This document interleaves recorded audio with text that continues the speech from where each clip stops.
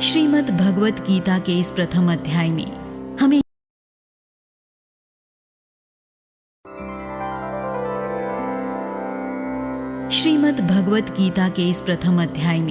हमें युद्ध में सम्मिलित दोनों सेनाओं के प्रमुख योद्धाओं का परिचय मिलता है।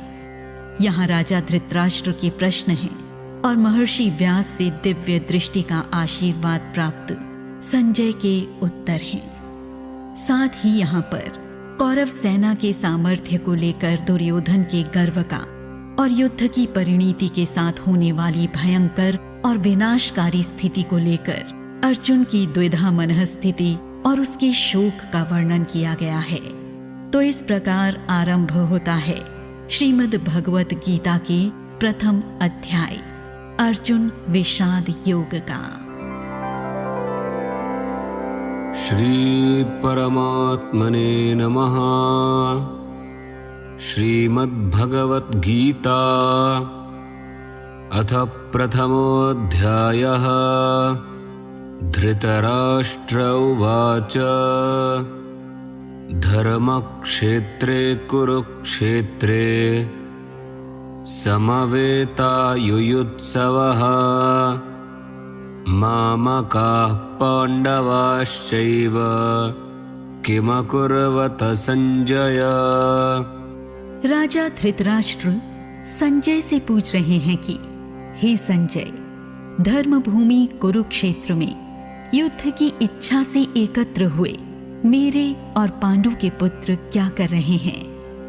कौरवों और पांडवों के बीच युद्ध अब अटल था और यही सत्य था। अपने पुत्र दुर्योधन के प्रेम में आकंठ डूबे हुए धृतराष्ट्र यह अच्छी तरह जानते थे और समझते भी थे कि इस युद्ध में सत्य क्या है और सही कौन है, कौन धर्म का पालन कर रहा है और कौन अधर्मी है। धृतराष्ट्र भले ही आंखों से देख नहीं सकते थे, लेकिन वे अज्ञानी नहीं थे। वे यह भी जानते थे कि इस युद्ध का परिणाम क्या होगा। उन्हें अपने प्रिय पुत्र की चिंता थी, लेकिन स्थिति अब उनके हाथों से निकल चुकी थी और इस युद्ध को होता हुआ देखने के अलावा उनके पास कोई भी विकल्प नहीं था। उन्हें युद्ध क्षेत्र में होने वाली प्रत्येक छोटी बड़ी घटना को लेकर उत्सुकता थी। इसलिए वे संजय से युद्ध भूमि में खड़ी दोनों सेनाओं के विषय में प्रश्न पूछ रहे थे। कई बार हम भी तो यही करते हैं ना दोस्तों। हम सब कुछ जानते हुए भी सच से आंखें मूंद लेते हैं और अपने किसी प्रिय व्यक्ति का उसकी हर सही या गलत बात में साथ देते चले जाते हैं, जबकि हम यह भी जानते हैं कि इसका परिणाम क्या होगा। संजय उवाच दृष्ट्वा तु पाण्डवानीकं व्यूढं दुर्योधनस्तदा आचार्यमुपसंगम्य राजा वचनमब्रवीत्। संजय उत्तर देते हैं, पांडवों की व्यूह रचना से सुसज्जित सेना को देखकर दुर्योधन गुरु द्रोणाचार्य के पास जाकर कहता है। संजय को महर्षि व्यास ने बिना किसी विशेष योग्यता के दिव्य दृष्टि प्रदान की थी, केवल इसलिए कि वे राजा धृतराष्ट्र के साथी थे। लेकिन संजय भी अपना कर्तव्य जानते थे, इसलिए वे बहुत ही समझदारी से राजा धृतराष्ट्र को रणभूमि में घटने वाली सभी घटनाओं की विस्तृत जानकारी दे रहे थे। ठीक उसी तरह दोस्तों, जैसे कि एक अच्छा कथाकार किसी कहानी को हमारे सामने इस तरह नरेट करता है कि हम बिना देखे ही उस कहानी को अपनी आंखों के सामने चलता हुआ महसूस कर सकते हैं, बिल्कुल एक सिनेमा की तरह। पश्यैतां पाण्डुपुत्राणाम् आचार्यमहतीं च मूं व्यूढां द्रुपदपुत्रेण तव शिष्येण धीमता। दुर्योधन कह रहा है कि हे आचार्य, आपके बुद्धिमान शिष्य द्रुपद पुत्र धृष्टद्युम्न ने जिसकी व्यूह रचना की है, ऐसी पांडवों की विशाल सेना को देखिए। दुर्योधन एक कुशल योद्धा था, इस बात में कोई भी शंका नहीं थी। वह युद्ध के सभी दांव पेंचों से भली भांति परिचित था। इसलिए वह युद्ध शुरू होने के पहले ही गुरु द्रोणाचार्य का आशीर्वाद लेने उनके पास जाता है और पांडव सेना की कुशल व्यूह रचना की प्रशंसा करता है। इस व्यूह को वास्तव में ही विचार पूर्वक तैयार किया गया था। इस व्यूह या कहिए चक्र व्यूह को भेद कर अंदर जा पाना आसान नहीं था। और मान लो यदि किसी भी प्रकार से यह संभव भी हो जाता तो इससे बाहर निकल पाना तो लगभग नामुमकिन ही था। अपने गुरु का आशीर्वाद लेना और पांडव सेना के व्यूह की प्रशंसा करना ही केवल दुर्योधन का उद्देश्य नहीं था, बल्कि वह कुछ और भी मंशा के साथ गुरु द्रोणाचार्य के पास आया था। वह बाहरी तौर पर स्वयं को चाहे जितना भी शक्तिशाली दिखाने का प्रयास कर रहा हो, लेकिन पांडवों की सेना को देखकर वह थोड़ा भयभीत जरूर हो गया था। इसी तरह हमारे जीवन में भी अनेक अवसर आते हैं जब हम यह जानते हैं कि परिस्थिति उतनी सरल नहीं है, फिर भी खुद को संयमित रखकर अपने अंदर के डर को सबके सामने उजागर करने से बचते हैं, जिससे कि हम कमजोर न दिखें। अत्र शूरा महेश्वासा भीमार्जुन समायुधि युयुधानो विराटश्च द्रुपदश्च महारथः धृष्टकेतुश्चेकितानः काशीराजश्च वीर्यवान् पुरुजित्कुन्तिभोजश्च शैब्यश्च नरपुङ्गवः युधामन्युश्च विक्रान्त उत्तमौजाश्च वीर्यवान् सौभद्रो द्रौपदेयाश्च सर्व एव महारथाः। हे गुरुवर, पांडवों की सेना में बड़े बड़े धनुष लिए हुए भीम व अर्जुन जैसे ही अनेक शूरवीर और महायोद्धा हैं। पांडवों का साथ देने के लिए इस युद्ध में सात्यकी, विराट, द्रुपद, धृष्टकेतु, चेकितान, काशीराज, पुरुजीत, कुंतीभोज, नरश्रेष्ठ शैव्य, युद्धामन्यु, अत्तमौजा, अभिमन्यु और द्रौपदी के 5 पुत्र भी सम्मिलित हुए हैं। यह सब भी बलवान और महारथी हैं। गुरु द्रोणाचार्य कौरवों और पांडवों के साथ साथ युद्ध में सम्मिलित दोनों ही पक्षों के कई योद्धाओं के गुरु भी थे और अपने शिष्यों को वे अच्छी तरह जानते और समझते थे। हस्तिनापुर के सेवक होने के कारण युद्ध में उन्हें उनकी इच्छा के विरुद्ध अधर्म के पक्ष का साथ देना पड़ा। इसलिए दुर्योधन के ऐसा करने का एक कारण कदाचित यह हो सकता है कि वह गुरु द्रोणाचार्य से चर्चा करके उनके समक्ष पांडवों की सेना में सम्मिलित योद्धाओं का उल्लेख करके उनकी रणनीति और उनकी शक्ति का अंदाजा लेना चाहता था। बड़ी ही बुद्धिमानी से रचे गए पांडव सेना के व्यूह के प्रत्येक योद्धा की विचार शैली किस प्रकार की है, गुरु द्रोणाचार्य से वह कदाचित इस बात को समझना चाहता होगा। निश्चित रूप से यह एक विचारशील योद्धा के लक्षण हैं। अस्माकं तु विशिष्टा ये तान्निबोध द्विजोत्तमा नायका मम सैन्यस्य संज्ञार्थं तान् ब्रवीमि ते। हे ब्राह्मण श्रेष्ठ, अब हमारी सेना में कितने महत्वपूर्ण सेनानी हैं, यह सुनिए। आपकी जानकारी के लिए मैं आपको उनके नामों से अवगत कराता हूं। पांडव सेना का सामर्थ्य बताने के साथ ही दुर्योधन गुरु द्रोणाचार्य को अपनी सेना का सामर्थ्य भी बताना चाहता था, क्योंकि ऐसा करके वह गुरु द्रोणाचार्य के मन की अस्वस्थता को कम करके उन्हें युद्ध के लिए प्रवृत्त करना चाहता था। दुर्योधन के ऐसा करने का एक अन्य उद्देश्य यह भी था कि वह अपनी सेना के सामर्थ्य की प्रशंसा करके अपनी सेना का मनोबल बढ़ाना चाहता था। हालांकि कौरवों की सेना किसी भी दृष्टि से पांडवों की सेना से कम नहीं थी, लेकिन फिर भी दुर्योधन के मन में कुछ न कुछ डर जरूर था, और इस डर को वह अपने ऊपर हावी नहीं होने देना चाहता था, और ना ही वह अपनी सेना से यह चाहता था।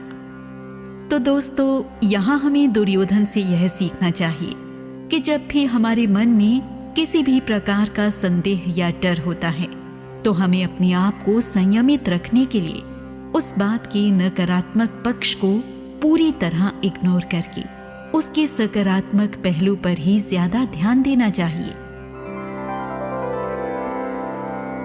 भवान् भीष्मश्च कर्णश्च कृपश्च समितिञ्जयः अश्वत्थामा विकर्णश्च सौमदत्तिस्तथैव च अन्ये च बहवः शूरा मदर्थे त्यक्तजीविताः नानाशस्त्रप्रहरणाः सर्वे युद्धविशारदाः। हे गुरुवर, हमारी सेना में स्वयं आप और भीष्म पितामह जैसे योद्धा हैं। वहीं कर्ण युद्ध में विजयी होने वाले कृपाचार्य, अश्वत्थामा, विकर्ण और उसी तरह सोमदत्त के पुत्र भूरिश्रवा भी हैं। इसके साथ ही विभिन्न प्रकार के अस्त्र शस्त्र से सुसज्जित और युद्ध कला में पारंगत ऐसे अनेक योद्धा भी हैं जो मेरे लिए अपने प्राणों को भी न्योछावर कर सकते हैं। ऐसा कहकर दुर्योधन यह दिखाना चाहता था कि यदि पांडव सेना में एक से बढ़कर एक महारथी हैं, तो कौरव सेना में भी जहां एक ओर भीष्म पितामह, गुरु द्रोणाचार्य और कृपाचार्य जैसे अपराजित और अनुभवी योद्धा थे, वहीं दूसरी ओर अश्वत्थामा, कर्ण, भूरिश्रवा और विकर्ण जैसे महायोद्धाओं के साथ साथ अनेक राज्यों के राजा और राजकुमार भी थे, जो विभिन्न प्रकार के शस्त्र अस्त्रों से सुसज्जित थे और दुर्योधन के एक ही संकेत पर अपने प्राण तक न्यौछावर करने के लिए तैयार खड़े थे। यह सब गुरु द्रोणाचार्य को बताकर दुर्योधन यह सिद्ध करना चाहता था कि पांडवों की सेना यदि समर्थ है, तो कौरवों की सेना में उससे कई गुना अधिक सामर्थ्य है। और दोस्तों, यहीं पर अपने शत्रु को कम आंक कर दुर्योधन ने सबसे बड़ी भूल की। उसने अपने अहंकार का परिचय दिया था, जिसका परिणाम उसे युद्ध में अनेक अवसरों पर देखने को मिला। लेकिन वह यहाँ गुरु द्रोणाचार्य के साथ साथ स्वयं को भी समझा रहा था कि वह किसी भी दृष्टि से कम नहीं है, बल्कि अधिक ही है। किसी भी विपरीत परिस्थिति में हमें भी यही करना चाहिए, क्योंकि वो कहते हैं ना दोस्तों कि मन के हारे हार है और मन के जीते जीत। यहाँ हमें दुर्योधन से यह भी सीख मिलती है कि किसी भी स्पर्धा से पहले अपने प्रतिद्वंदियों के बारे में पूरी जानकारी जरूर रखनी चाहिए। अपर्याप्तं तदस्माकं बलं भीष्माभिरक्षितं पर्याप्तं त्विदमेतेषां बलं भीमाभिरक्षितम्।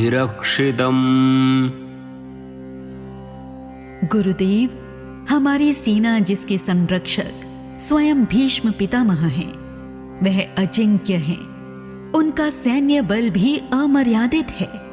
इसके विपरीत भीम द्वारा संरक्षित पांडवों की सेना को जीतना आसान है, क्योंकि इस सेना का बल मर्यादित है। भीष्म पितामह इस युद्ध में एक ज्येष्ठ और अनुभवी योद्धा थे। उनका कौरवों के पक्ष में होना दुर्योधन के उत्साह को बढ़ा रहा था। भीष्म पितामह के अनुभव और कौशल का इस युद्ध में निश्चित रूप से लाभ होने वाला था, और उनके संरक्षण में कौरव सेना की विजय का उसका स्वप्न पूरा होने की पूरी संभावना उसे दिखाई दे रही थी। दोस्तों, अनुभव और कौशल ऐसे दो शस्त्र हैं जो मनुष्य को उसके जीवन के हर युद्ध को जीतने में सहायता करते हैं। अयनेषु च सर्वेषु यथा भागमवस्थिताः भीष्ममेवाभिरक्षन्तु भवन्तः सर्व एव हि। दुर्योधन ने कहा, हे गुरुवर, भीष्म पितामह हमारे लिए महत्वपूर्ण हैं, इसलिए निश्चित रूप से हम सभी को व्यूह द्वार पर अपने निर्धारित स्थान पर ही खड़े होना चाहिए और उनका हर प्रकार से संरक्षण करना चाहिए। अनुभवी और कुशल व्यक्ति हमेशा ही महत्वपूर्ण माना जाता है। किसी भी विपरीत परिस्थिति का सामना करने के लिए एक कुशल और अनुभवी व्यक्ति सबसे अच्छा मार्गदर्शक सिद्ध होता है। इसलिए हमें भी अक्सर यही सलाह दी जाती है कि बुजुर्गों के पास बैठकर कुछ समय जरूर बिताना चाहिए, क्योंकि दोस्तों, उनके पास व्यवहारिक जीवन का वह अनुभव होता है जो किसी भी पुस्तक में नहीं मिलता। तस्य संजनयन् हर्षं कुरुवृद्धः पितामहः सिंहनादं विनद्योच्चैः शंखं दध्मौ प्रतापवान्। हे राजन, कुरुवंशियों में सबसे वृद्ध और महापराक्रमी भीष्म पितामह ने दुर्योधन के मन को हर्षित करने के लिए सिंह की गर्जना के समान शंखनाद किया है। युद्ध के नियमानुसार कौरवों के प्रथम सेनापति भीष्म पितामह ने युद्ध के आरंभ की घोषणा करते हुए प्रबल शक्ति से शंखनाद किया। भीष्म पितामह ने अपनी सारी शक्ति एकत्रित करके सिंह गर्जना के समान शंखनाद किया। उसकी आवाज बड़ी ही भयावह थी और वे ऐसा करके दुर्योधन को हर्षित करने के साथ साथ यह भी सत्यापित करना चाहते थे कि वे इस युद्ध में तन और मन से कौरव सेना के साथ हैं और केवल कौरवों के हित का ही विचार करेंगे। हालांकि इसके लिए उन्हें अपना मन, विवेक, अंतःकरण सब कुछ दांव पर लगा दिया था। कदाचित यह तीव्र आवाज कहीं ना कहीं उनके मन की चित्कार ही थी। हमारे सामने भी कई बार यह परिस्थिति उत्पन्न हो जाती है ना, कि ना चाहते हुए भी हमें कोई ऐसा काम करना पड़ता है जो हमारे सिद्धांतों के खिलाफ होता है। हमारा विवेक भी हमें उस काम को करने की अनुमति नहीं देता। तब हमें भी अपने मन को समझाने के लिए ऐसा ही कुछ करना होता है जो इस समय भीष्म पितामह कर रहे थे। ततः शंखाश्च भैर्यश्च पणवानकगोमुखाः सहसैवाभ्यहन्यन्त सशब्दस्तु मूलोऽभवत्। संजय ने कहा, हे राजन, तो इसके साथ ही कौरवों की सेना में एक साथ अनेक शंख बज उठे। युद्ध भूमि में चारों ओर से शंख, ढोल, नगाड़, गौमुखी, रणसिंह और मृदंगों के साथ अन्य कई रणवाद्यों की भी प्रचंड ध्वनि होने लगी, जिससे पूरा वातावरण तेज ध्वनि से गुंजायमान हो उठा है। युद्ध भूमि में यह जो ध्वनि इस समय हो रही थी, उसे किसी भी दृष्टि से श्रव्य नहीं कहा जा सकता था। यह ऐसी अप्रिय ध्वनियां थी जिन्हें शोर कहा जाना ही अधिक उचित होगा। यह युद्ध घोष एक ऐसी विनाश लीला का आरंभ था जिसमें अपरिमित नरसंहार होने वाला था। सर्वसामान्य मनुष्य कभी भी युद्ध नहीं चाहता है। वह इस बात को अच्छी तरह समझता है कि युद्ध हमेशा अपने पीछे विनाश के ऐसे गहरे निशान छोड़ जाता है जिसकी छाप अनेक वर्षों तक कायम रहती है।